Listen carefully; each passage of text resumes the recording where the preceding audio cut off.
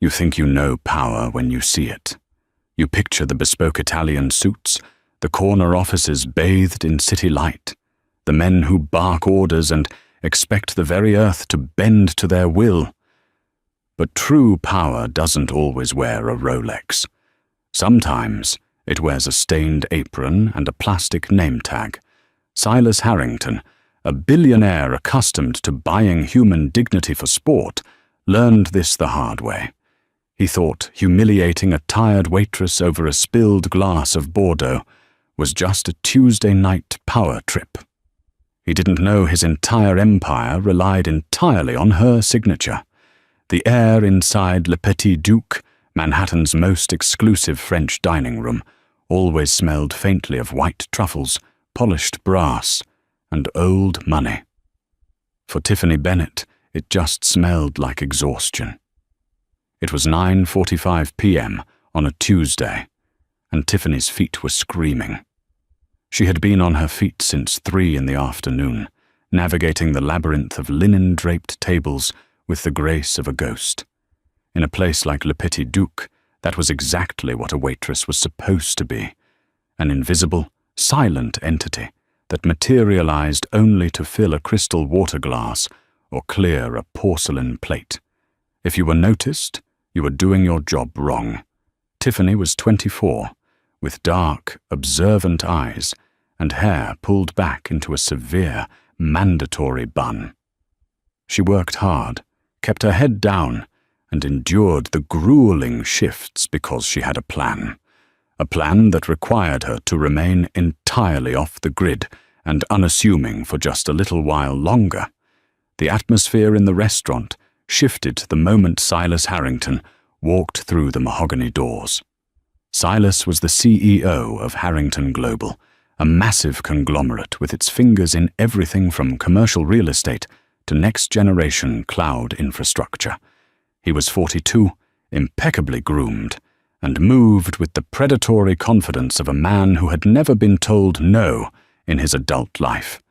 Tonight, he was flanked by 3 nervous-looking executives and a woman draped in a fortune of diamonds. They were celebrating.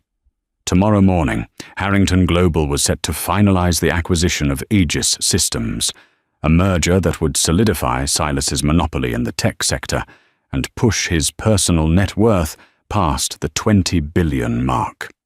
Table 7.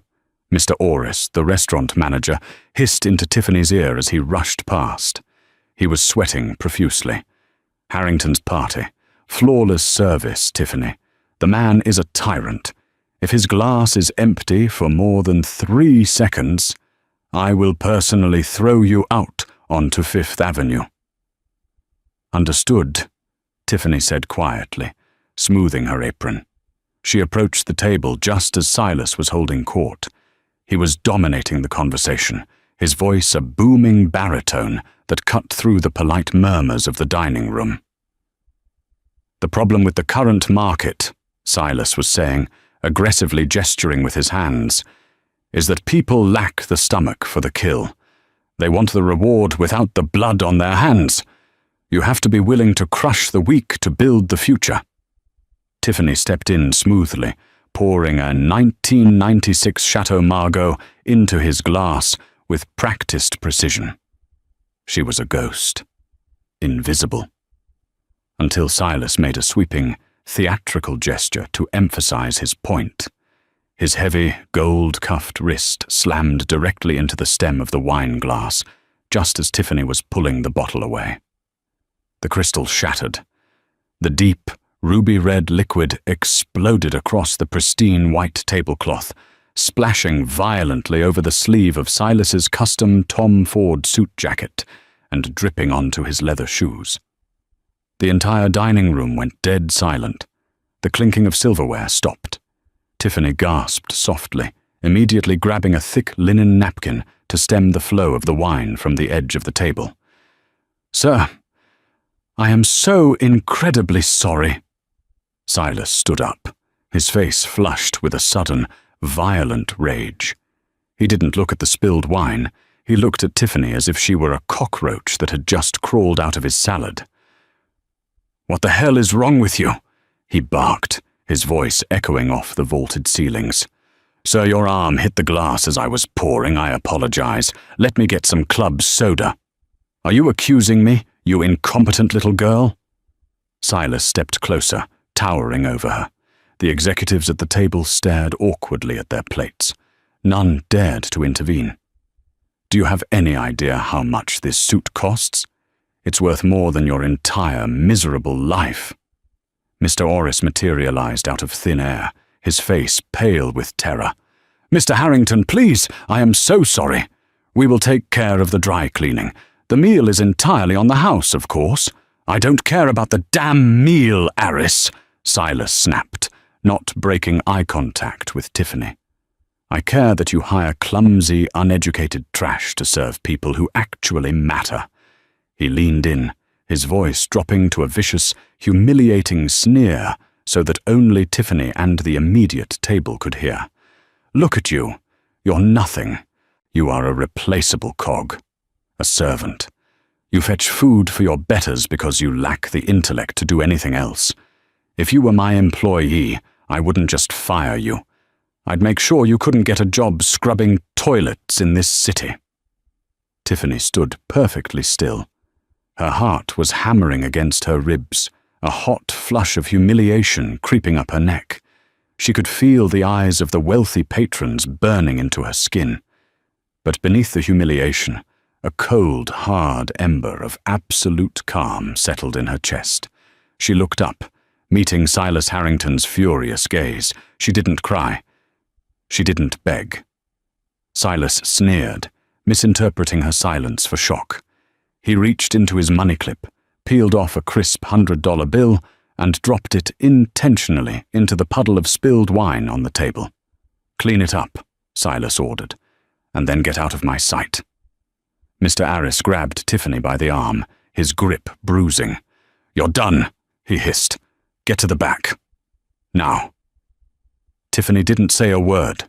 She turned on her heel, her spine straight, and walked out of the dining room, leaving Silas Harrington to bask in the cruel glow of his petty victory. The midnight air was biting, a harsh wind whipping off the East River as Tiffany walked the 5 blocks to the subway. She had been summarily fired, her locker emptied into a plastic bag. Mr. Aris hadn't even let her claim her tips for the night. As she sat on the rattling, graffiti-scarred D train heading back to her cramped apartment in deep Brooklyn, Tiffany finally let out a long, shuddering breath. The memory of Silas's face, the absolute disgust in his eyes, the way he dropped the money into the wine, replayed in her mind. "You are nothing. A servant." She leaned her head against the cold glass of the subway window and smiled. It was a small, dangerous smile. What Silas Harrington, Mr. Aris, and the rest of the world didn't know was that Tiffany Bennett was not just a waitress. The apron and the minimum wage were a shield, a carefully constructed camouflage she had worn for the last 3 years to survive the crushing medical debts her late mother had left behind, and to hide from the corporate sharks that had driven her father to an early grave. Tiffany's father was Thomas Bennett. To the general public, the name meant nothing. But to the architects of the modern tech world, Thomas Bennett was a ghost story. He was a brilliant, reclusive software engineer who, 10 years ago, had developed a decentralized encryption protocol known as the Aegis Core. It was a flawless piece of code, a foundational architecture that could secure cloud data with 0 latency. Years ago, a younger, ruthless Silas Harrington had partnered with Thomas, promising him the world. But Silas had structured the contracts in a way that bled Thomas dry, forcing him out of his own company and stealing the credit. The betrayal broke Thomas's spirit, and a fatal heart attack claimed him shortly after. But Thomas was a genius, and he had learned his lesson about trusting men like Silas Harrington. Before he died, Thomas discovered a massive legal loophole in the contracts Silas had forced upon him. Silas owned the company, yes, but the actual, underlying patent for the Aegis Core, the very foundation of the technology, was held by a separate shell corporation. A corporation Thomas had secretly placed into a blind, airtight trust. A trust that named his only daughter, Tiffany, as the sole beneficiary and absolute owner of the intellectual property upon her 24th birthday.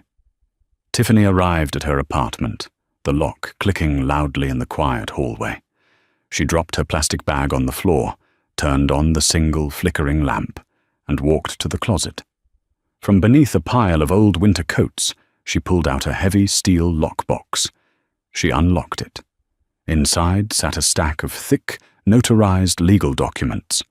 For years, Tiffany had watched from the shadows as Silas Harrington built his empire on stolen ground. She watched as Harrington Global integrated the Aegis core into every facet of their cloud infrastructure. She watched the news as Silas announced the impending multi-billion-dollar merger with Apex Technologies, a deal entirely contingent on Harrington Global holding the exclusive rights to the Aegis software. Silas thought he owned it. He thought Thomas Bennett had died defeated. Tiffany picked up the top document. It was the master patent assignment. It required one signature to either release the rights to Harrington Global or to legally assert ownership, which would instantly trigger a copyright injunction capable of shutting down Harrington Global's servers worldwide. Tomorrow morning at 10 a.m., the merger was supposed to be signed. But to satisfy the final due diligence of the acquiring company, Harrington's legal team would need to produce the chain of title for the Aegis core. Tiffany looked at the clock on her microwave. 1:15 a.m. She wasn't a waitress anymore. Her 24th birthday had been 3 days ago. The trust had dissolved. The patent was hers. "You are a replaceable cog," Silas's voice echoed in her mind. Tiffany pulled out her laptop, opened her secure email server, and drafted a single message to her father's old, fiercely loyal estate attorney, a man named Robert Vance. No, let's call him Robert Sterling. Actually, let's use Arthur Pendleton. "Arthur," she typed, "it's time. File the injunction at 8 a.m. sharp. Let's see how much of a servant he thinks I am."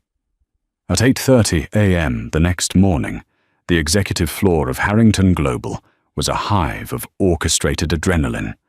The glass-walled boardroom overlooking Central Park was prepped for the signing.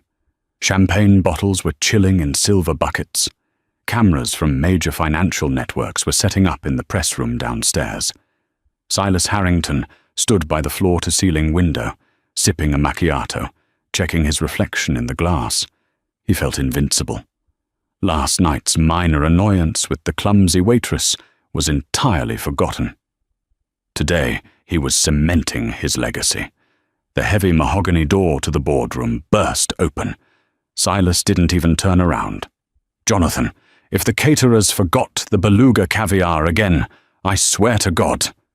Jonathan Hayes, the lead corporate counsel for Harrington Global, did not care about caviar. He was a man who usually projected the calm, lethal demeanor of a shark, but right now, his face was the color of wet ash. He was breathing heavily, his custom suit disheveled, clutching a manila folder so tightly his knuckles were white. "Silas," Jonathan choked out. The tremor in his voice made Silas turn around, his brow furrowing. "What is it?" "You look like you've seen a ghost."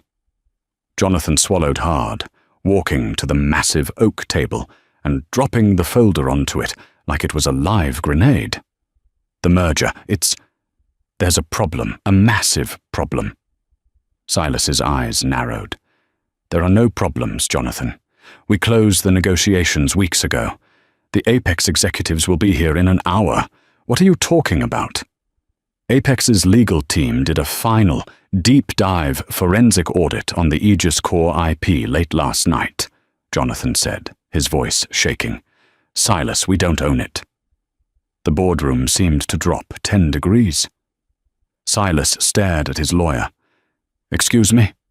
I bought that company from Thomas Bennett a decade ago. I own every line of code his miserable fingers ever typed."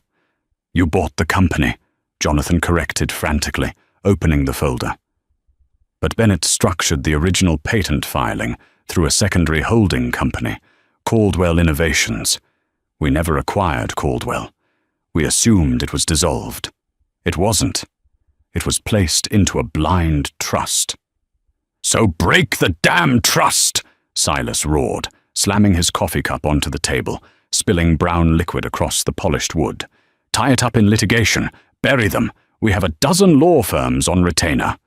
"We can't," Jonathan yelled back, losing his composure.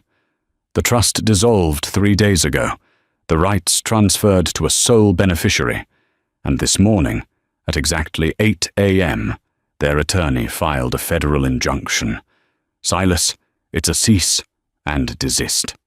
If we sign this merger today, claiming we own the Aegis core, it's massive corporate fraud. Apex will walk, the SEC will investigate, and our stock will tank by 70% before the closing bell." Silas felt a cold spike of genuine panic pierce his stomach. His empire, his legacy, everything was built on the foundation of the Aegis core. "Who?" Silas demanded, his voice dropping to a dangerous, lethal whisper. "Who is the beneficiary? Buy them out. Offer them 10 million, 50 million. Whatever it takes. Get them a pen and a contract right now." "I tried," Jonathan said miserably. "Their lawyer refused all monetary offers. He said his client wants an in-person meeting with you before the 10 a.m. signing." "Who is it?" Silas shouted, slamming his fist on the table. "Give me a name." Jonathan hesitated. He reached into the folder and pulled out a single sheet of paper. It was a background report, freshly printed. He slid it across the long table toward Silas. "Her name is Tiffany Bennett," Jonathan said softly. "Thomas Bennett's daughter." Silas snatched the paper. He didn't recognize the name immediately. He scanned the data. Age 24. No major corporate footprint. A mountain of paid-off medical debt. Then his eyes fell upon the photograph attached to the top right corner of the file. It was a DMV photo. A young woman with dark, observant eyes, her hair pulled back tightly. Silas stopped breathing. The background noise of the city outside the window seemed to fade away. He stared at the photograph, the image overlaying in his mind with the events of the previous night. The white tablecloth, the spilled red wine, the stained apron. You are nothing.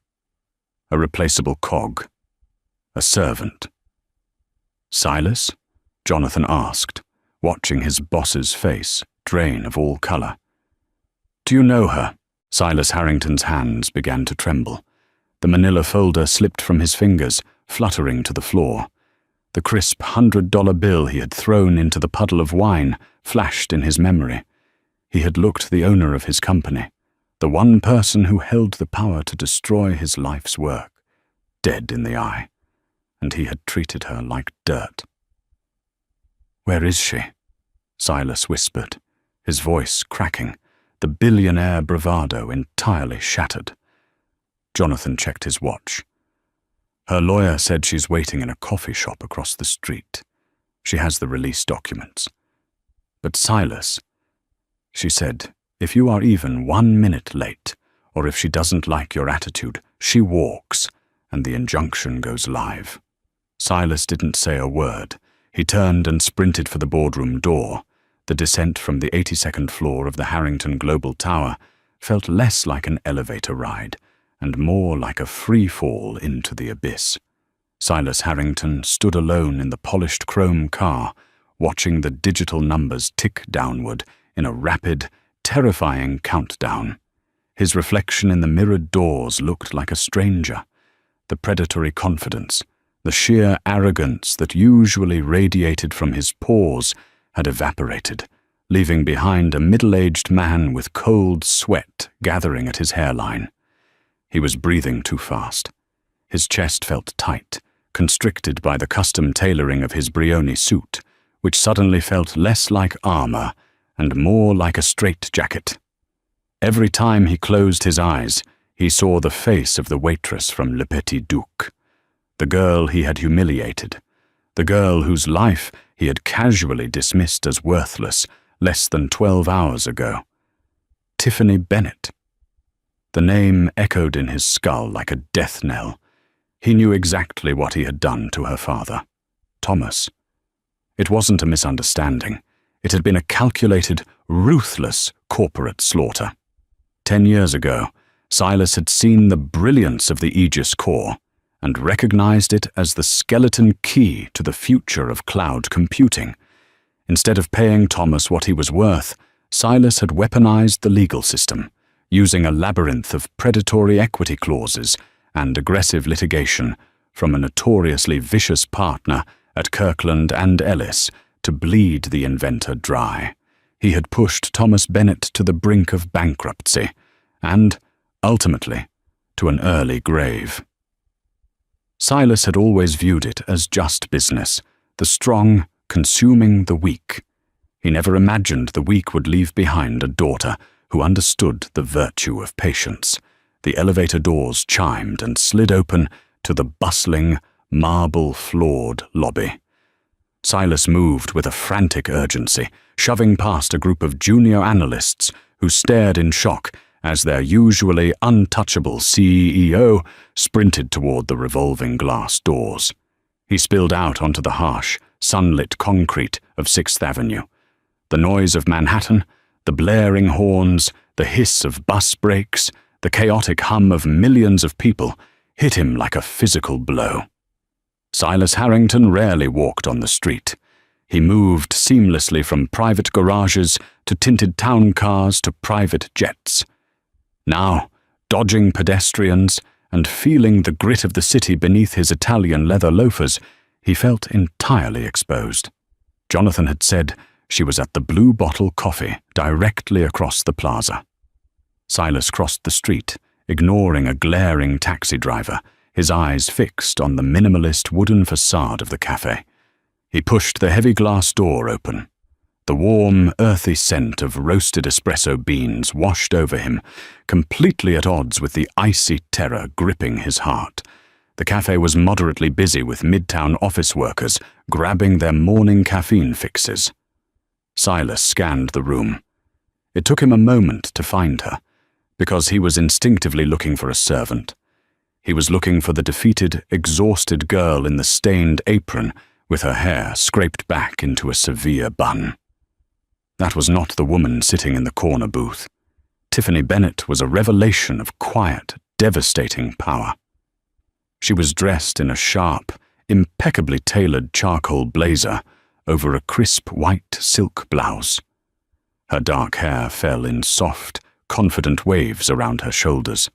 The exhaustion that had shadowed her face the night before was gone, replaced by a radiant, terrifying calm. Sitting across from her was Arthur Pendleton, a silver-haired titan of intellectual property law who had semi-retired years ago, known in the industry for his surgical precision in dismantling corporate monopolies. But it was the man sitting next to Tiffany who caught Silas's eye and twisted the knife of his anxiety deeper. It was Harrison Sterling, Arthur's junior partner, a fiercely intelligent attorney in his early 30s.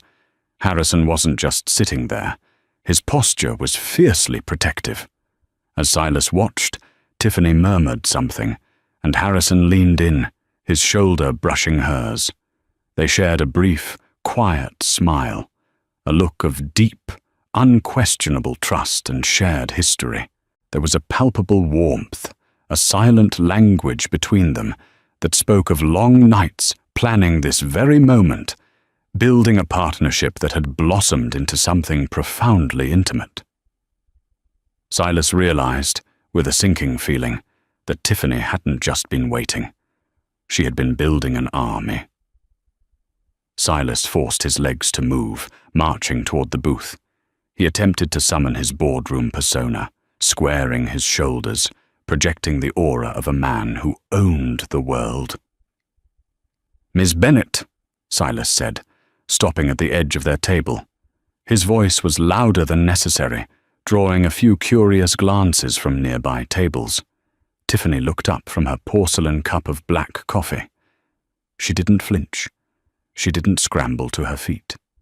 She looked at him with the exact same detached, clinical observation one might use to study a specimen under a microscope. "Mr. Harrington," Tiffany replied. Her voice was smooth, a stark contrast to the deferential whisper she had been forced to use the night before. "You're 3 minutes late. I was just telling Harrison that punctuality is clearly an issue at Harrington Global." Harrison offered a cool, razor-sharp smile. "We were just drafting the press release for the SEC regarding the injunction, Silas. It's a shame. The market is going to have a very bloody reaction when the opening bell rings." Silas felt a muscle feather in his jaw. He slid into the empty chair across from them, leaning forward, trying to invade their space. "Let's drop the theatrics. You pulled a very clever stunt, Tiffany. I'll admit it. You found a loophole from a decade ago. It's annoying, but it's fixable. I am here to fix it." "There is no loophole, Silas," Arthur Pendleton said softly, resting his hands on the table. "Thomas Bennett engineered a flawless legal firewall. Your firm bought a shell. The core patents were always housed in the Caldwell Trust. The trust matured on Tiffany's 24th birthday. As of 12:01 a.m. 3 days ago, she is the sole proprietor of the Aegis core architecture. You are currently operating thousands of servers using stolen intellectual property. That is not a loophole, that is a federal crime." "I am offering a settlement," Silas snapped, looking desperately at Tiffany. "I know about your mother's medical debts. I know you've been living in a shoebox in Brooklyn, working double shifts pouring wine for people like me. I will write you a check right now, right this second, for $20 million. Tax-free. You sign a retroactive licensing agreement, and you walk away a very wealthy woman." Tiffany didn't blink. She reached out, and Harrison gently placed his hand over hers, a silent anchor of support. The subtle, undeniable romantic tension between them was a fortress Silas couldn't penetrate. She drew strength from it, her dark eyes locking onto the billionaire's desperate gaze. "20 million, Tiffany repeated, tasting the words. 50, Silas blurted out, the panic cracking his veneer.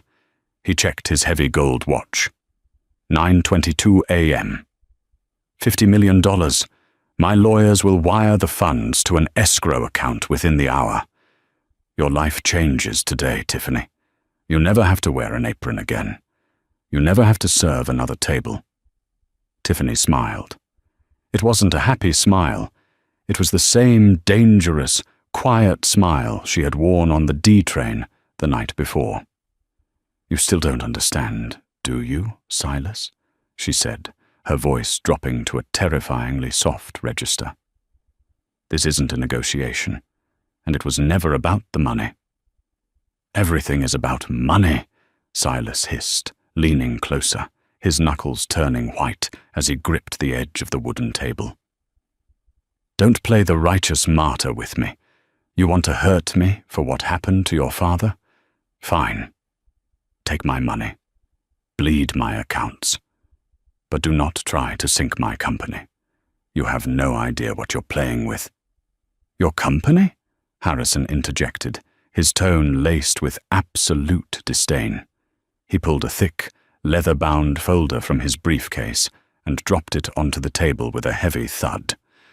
"Harrington Global's entire cloud infrastructure, its server farms in Virginia, its data centers in Frankfurt, every single byte of data relies on the Aegis encryption protocol to function. Without Tiffany's signature today, the merger with Apex is dead. But that's just the beginning. By tomorrow, we file the copyright infringement suit. We will seek a court order to physically shut down your servers."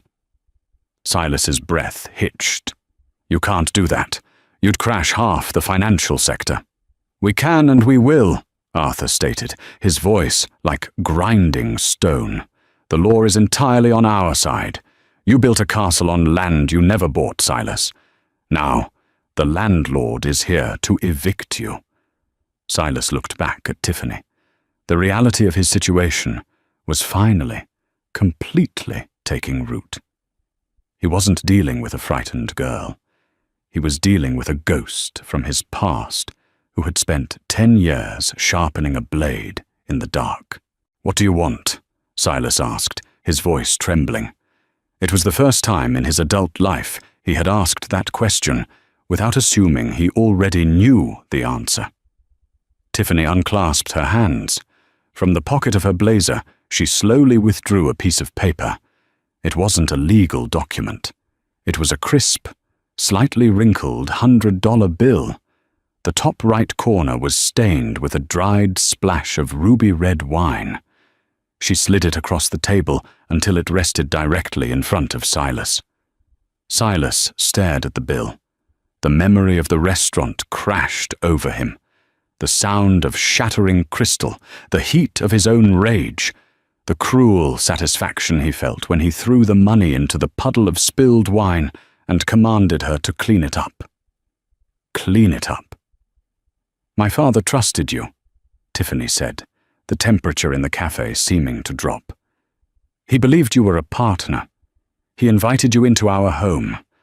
And when you realized how valuable his mind was, you didn't just take his work. You stripped him of his dignity. You made him feel like a fool. You broke his heart, Silas. You killed him just as surely as if you had put a gun to his chest." Silas swallowed hard. "Tiffany, please, I was young. It was aggressive business. I didn't know his health was failing." "Stop lying," Harrison snapped, his jaw tight with anger. He looked at Tiffany, his eyes softening for a fraction of a second, silently asking if she was okay to continue. She gave him a microscopic nod. "Last night," Tiffany continued, her gaze pinning Silas to his chair, "you asked me if I had any idea how much your suit cost. You told me I was nothing, a replaceable cog. You said if I worked for you, you'd make sure I couldn't get a job scrubbing toilets." Silas closed his eyes, a wave of profound, nauseating humiliation washing over him. The sheer, astronomical irony of his cruelty was suffocating him. "You left a mess, Silas," Tiffany said softly. "I'm asking you to clean it up." Silas opened his eyes. He looked at the clock on the wall. 9:35 a.m. 25 minutes until the Apex executives walked into a boardroom to sign a merger that would expose him to federal fraud charges. "Tell me what to sign," Silas whispered. The fight had completely drained out of him. The billionaire had broken. Harrison opened the leather folder and pushed 3 documents across the table. They were not licensing agreements. "Document 1, Harrison explained, his tone strictly professional, but carrying the weight of a judge reading a sentence. "A full irrevocable transfer of 51% of Harrington Global's voting shares to the Caldwell Trust. You are surrendering the majority stake of your company to Tiffany." Silas let out a choked, ragged gasp. "You're taking my company. You're taking everything." "I am taking back what was stolen," Tiffany corrected him coldly. "Document 2, Arthur continued smoothly.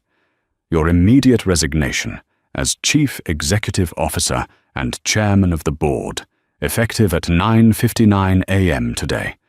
You will release a statement citing personal health reasons. You will have no further operational control or advisory role within the company." Tears of pure, unadulterated panic and loss pricked Silas's eyes. His empire, his identity, gone in a single morning. He was being erased. "And the third?" Silas asked, his voice barely audible. Tiffany pushed the final document forward. A signed, sworn affidavit detailing exactly how you defrauded Thomas Bennett 10 years ago. A full confession. If you ever try to challenge the transfer of shares, or if you ever try to retaliate against me, Arthur, or Harrison, this affidavit goes directly to the Department of Justice. Silas stared at the papers. It was corporate execution. If he signed, he lost his empire, his power, and his legacy, but he would keep his remaining fortune and stay out of federal prison. If he didn't sign, the injunction would destroy the company anyway, and the ensuing fraud investigation would likely put him behind bars for the rest of his life. He was trapped in a cage of his own making. "Tiffany," Silas pleaded, his voice breaking. He actually reached out, his trembling hands hovering over the table. The man who routinely destroyed lives for a fraction of a percent in quarterly profits was now visibly shaking. "Please, I'm begging you. Take the shares. Take the CEO title. But don't make me sign the confession. Don't destroy my name. I'll do anything. I'll apologize. I'm sorry. I am so sorry for last night. I am so sorry for what I did to your father." He was begging. The billionaire, the untouchable titan of industry, was practically weeping in a midtown coffee shop, pleading for mercy from a woman he had treated like garbage 12 hours prior. Tiffany looked at him. She searched his eyes, looking for any genuine remorse. She found only terror, the terror of a bully who had finally encountered someone he couldn't intimidate or buy. She felt Harrison's hand gently squeeze her knee beneath the table. It grounded her. It reminded her that she wasn't alone anymore. She didn't need to hide.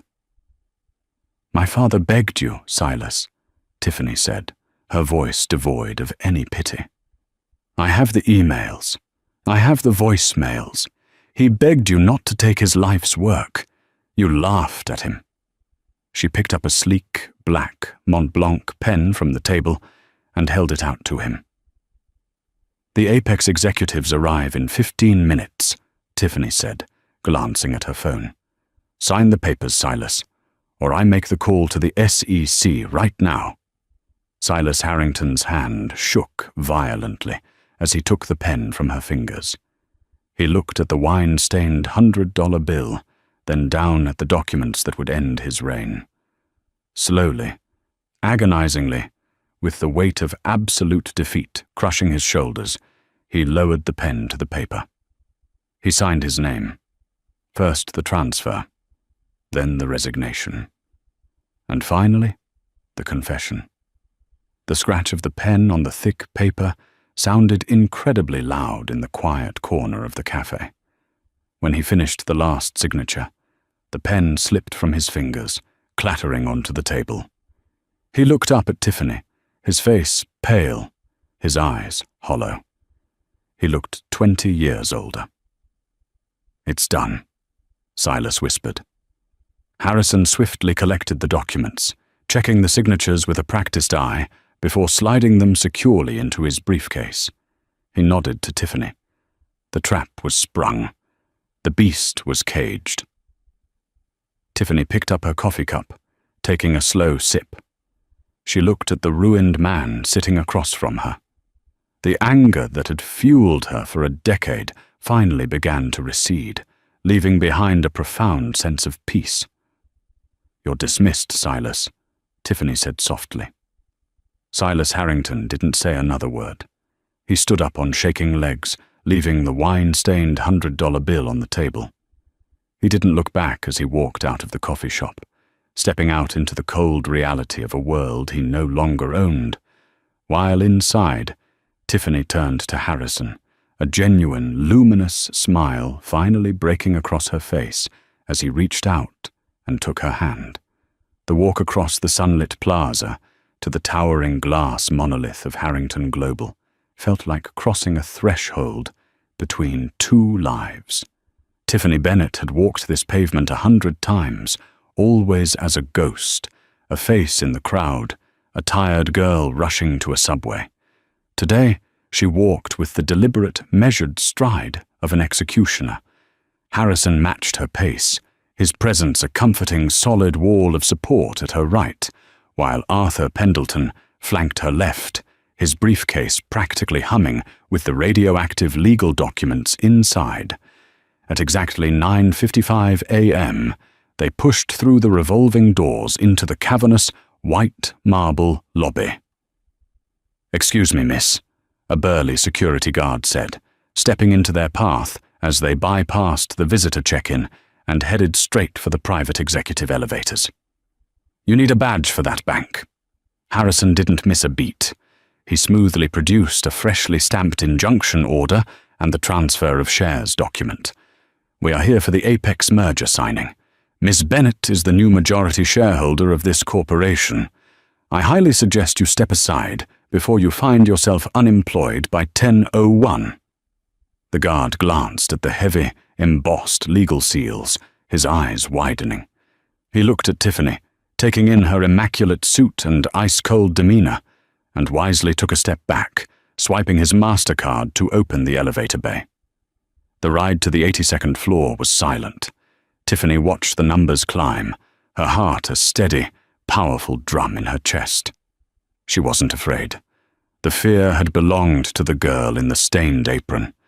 The woman ascending to the penthouse was forged from 10 years of grief, patience, and absolute focus. When the polished steel doors slid open, the executive floor was in a state of muted chaos. Assistants were whispering furiously. Phones were blinking red with unanswered calls.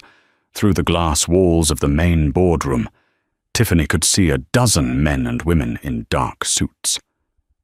At the far end of the long mahogany table sat Richard Blackwood, the billionaire CEO of Apex Technologies, looking increasingly impatient as he checked his platinum Patek Philippe watch. Standing near the head of the table, sweating through his custom shirt, was Jonathan Hayes, Harrington's lead counsel, alongside David Croft, the chief financial officer. They were whispering frantically, glancing at the empty leather chair that belonged to Silas. Tiffany didn't knock. Harrison pushed the heavy oak doors open with a decisive thud that silenced the entire room. All eyes snapped toward the entrance. "What is the meaning of this?" Richard Blackwood demanded, his voice echoing in the sudden quiet. "Where is Silas? We are scheduled to sign a $20 billion merger in exactly 2 minutes, and I don't appreciate being kept waiting by a man who is supposed to be selling me his company." Tiffany walked calmly into the room, her heels clicking against the hardwood floor. She bypassed the visitor seats and walked directly to the head of the table. She placed her hand on the back of Silas Harrington's massive, high-backed leather chair. "Mr. Harrington will not be joining us today, Mr. Blackwood," Tiffany said, her voice clear, authoritative, and ringing with absolute finality. "Or ever again." A stunned silence fell over the executives. David Croft, the CFO, slammed his hand on the table, his face turning an angry shade of red. "Who the hell are you? Security, get these people out of here immediately." "Sit down, David," Arthur Pendleton commanded, stepping into the light. Several of the older lawyers in the room visibly paled at the sight of the legendary litigator. "Unless you want to be named as a co-conspirator in a federal fraud indictment, I strongly suggest you keep your mouth shut and listen." Harrison opened his briefcase and systematically dealt copies of the signed documents down the length of the table like a blackjack dealer handing out losing cards. 10 minutes ago, Harrison announced, his voice slicing through the rising panic, Silas Harrington surrendered 51% of all voting shares in Harrington Global to my client, Ms. Tiffany Bennett. He has also tendered his immediate resignation as CEO and chairman of the board, citing personal reasons. As of this exact moment, Ms. Bennett is in full operational and financial control of this corporation. Pandemonium erupted. Jonathan Hayes buried his face in his hands. David Croft scrambled to pick up the documents, his eyes frantically scanning Silas's unmistakable signature. "This is impossible," Croft sputtered, pointing a shaking finger at Tiffany. "This is a hostile takeover. Silas wouldn't just hand over the company. He was under duress. We will fight this in every court in the state. We will freeze the assets." Tiffany finally sat down in the CEO's chair. It was leather, cold, and entirely too big, but she leaned back with the grace of a queen taking her throne.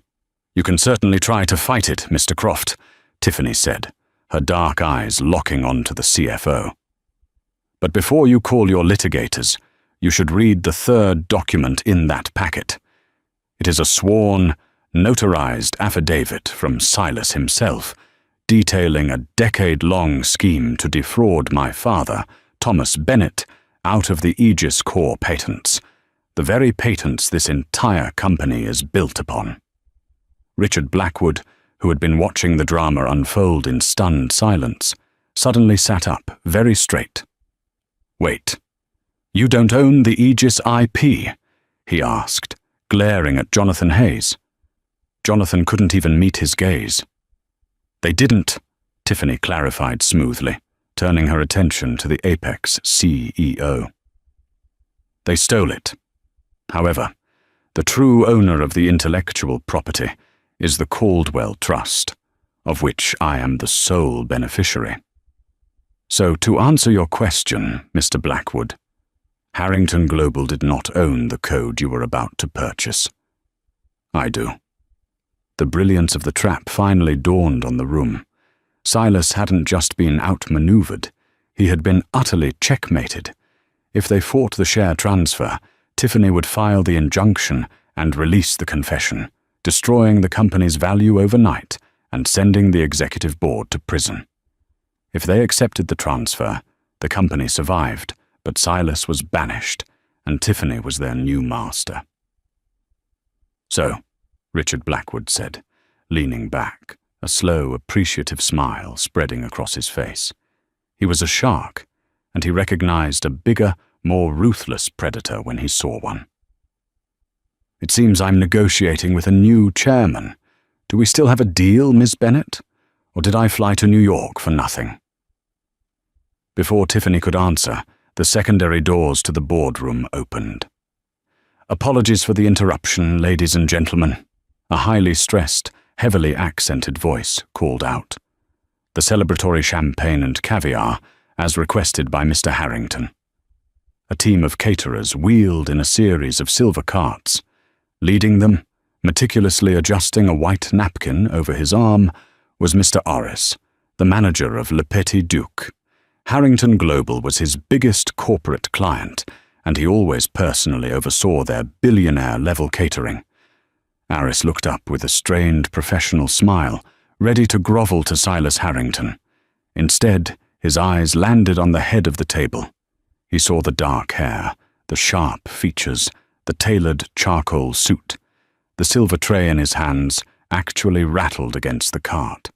All the blood drained from his face, leaving him looking like a freshly powdered corpse. It was the clumsy, uneducated trash he had fired and thrown onto the street 12 hours ago.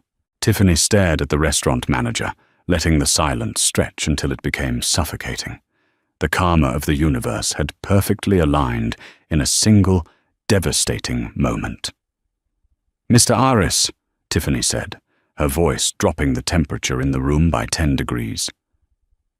"Tiffany." Ms. Bennett?" Aris stammered, his knees visibly shaking. He looked frantically around the room for Silas, but found only the terrified faces of the executive board. "You fired me last night without letting me collect my tips," Tiffany said, her tone conversational, but laced with a lethal edge. "I believe I am owed $42. Aris opened his mouth, but no sound came out. He looked like he was about to faint. "Leave the champagne," Tiffany commanded, dismissing him with a flick of her wrist, mimicking the exact gesture Silas had used on her. "And then get out of my building. Harrington Global will no longer be requiring your services. Ever."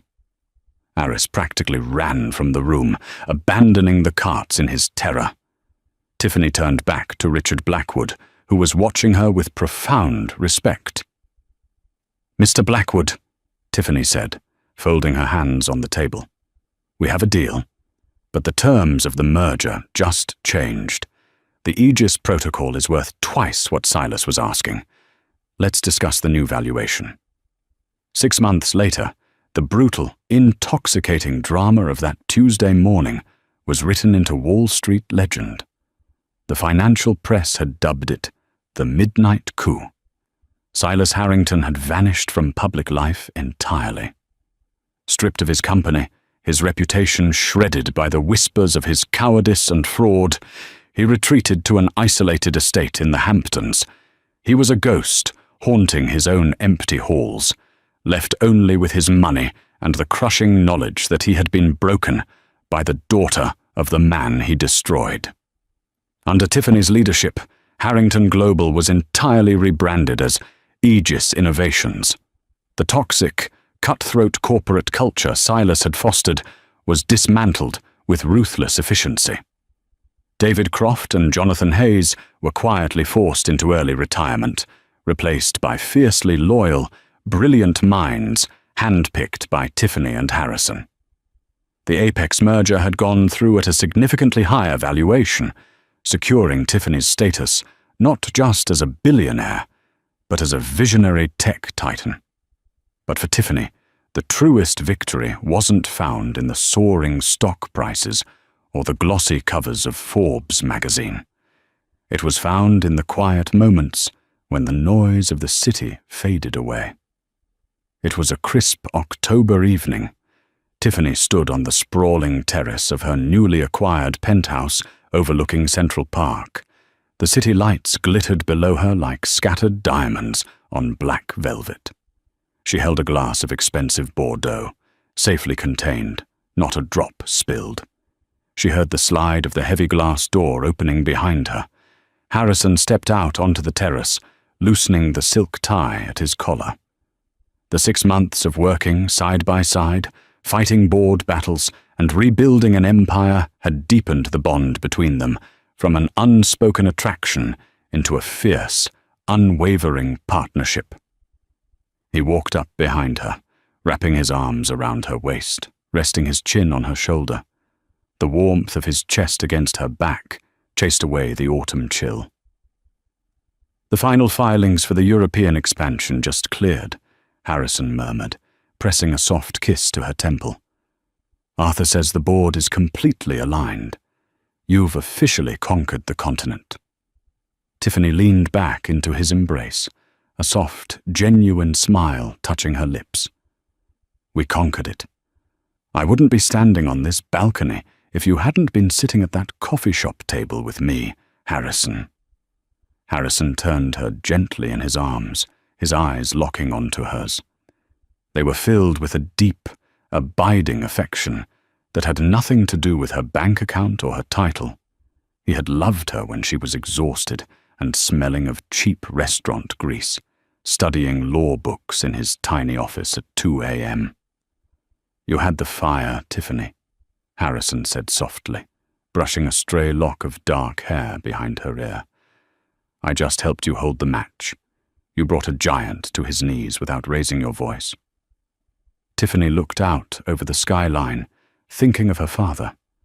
She had visited Thomas Bennett's grave the week the merger closed, laying down a single blueprint of the Aegis core and whispering a quiet, "We walk into the wind." The heavy, suffocating weight of his unfulfilled legacy had finally lifted from her shoulders. Karma had not just balanced the scales, it had shattered them. Silas thought power was about how loud you could yell, or how much you could humiliate people who couldn't fight back, Tiffany said, her voice barely above a whisper. She looked back at Harrison, the love in her chest swelling until it felt like it might break her ribs. He never realized that the most dangerous people in the room are the ones who know how to be invisible. Harrison smiled, leaning down to capture her lips in a slow, lingering kiss that tasted of red wine and absolute victory. "You're definitely not invisible anymore, Madam Chairwoman." Tiffany kissed him back, wrapping her arms around his neck, finally allowing herself to just be a woman in love, safe in the empire she had built from the ashes of her father's ruin. The waitress was gone forever, and in her place stood a queen who had learned the greatest lesson of all. Revenge is a dish best served quietly, with a perfectly signed contract. Power is a fragile illusion, often masquerading as expensive suits, loud voices, and the cruel dismissal of those deemed beneath notice. Silas Harrington learned that the universe has an agonizingly precise sense of irony. He believed he was the untouchable architect of his own universe, blind to the fact that the foundation of his empire rested in the hands of the very woman he chose to humiliate for sport. Tiffany Bennett's journey from an invisible, exhausted waitress to a billionaire titan is a masterclass in patience, exposing the fatal flaw of arrogance. True strength does not lie in breaking others, but in the quiet, unbreakable resolve to reclaim what is yours. In the end, Silas paid the ultimate price for his cruelty, discovering too late that karma doesn't just demand a rebalancing of the scales. Sometimes it demands the entire kingdom